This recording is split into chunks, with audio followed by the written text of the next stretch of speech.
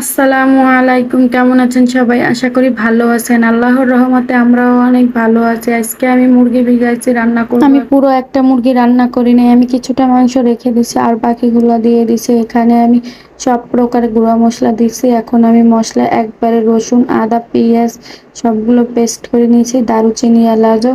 তার ভিতরে আমি সবগুলো এখন দিয়ে দিলাম। এখন হাতে সুন্দর করে মাখাইয়া নিব।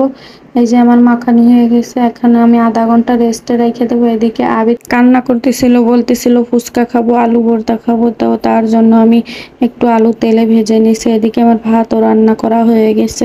এখন আমি আবিদকে আলুটা ভর্তা বানাই দেবো। এই ফাঁকে আমি মাংসগুলা চুলায় দিয়ে যাই। আর মাংসগুলোর ভিতরে যে কড়াইতে আমি আলু ভাজছি সেই কড়াইতেই আমি মাংস দিয়ে দিলাম আর একটু তেল দিয়ে। আর আবিদের জন্য দেখেন আলু ভর্তাটাও আমার বানানো হয়ে গেছে। আসলে খাবে না, শুধু যা বলবে তাই, যখন বলবো সেটা দেয়াই লাগবে, এইটাই হচ্ছে বাচ্চাদের স্বভাব।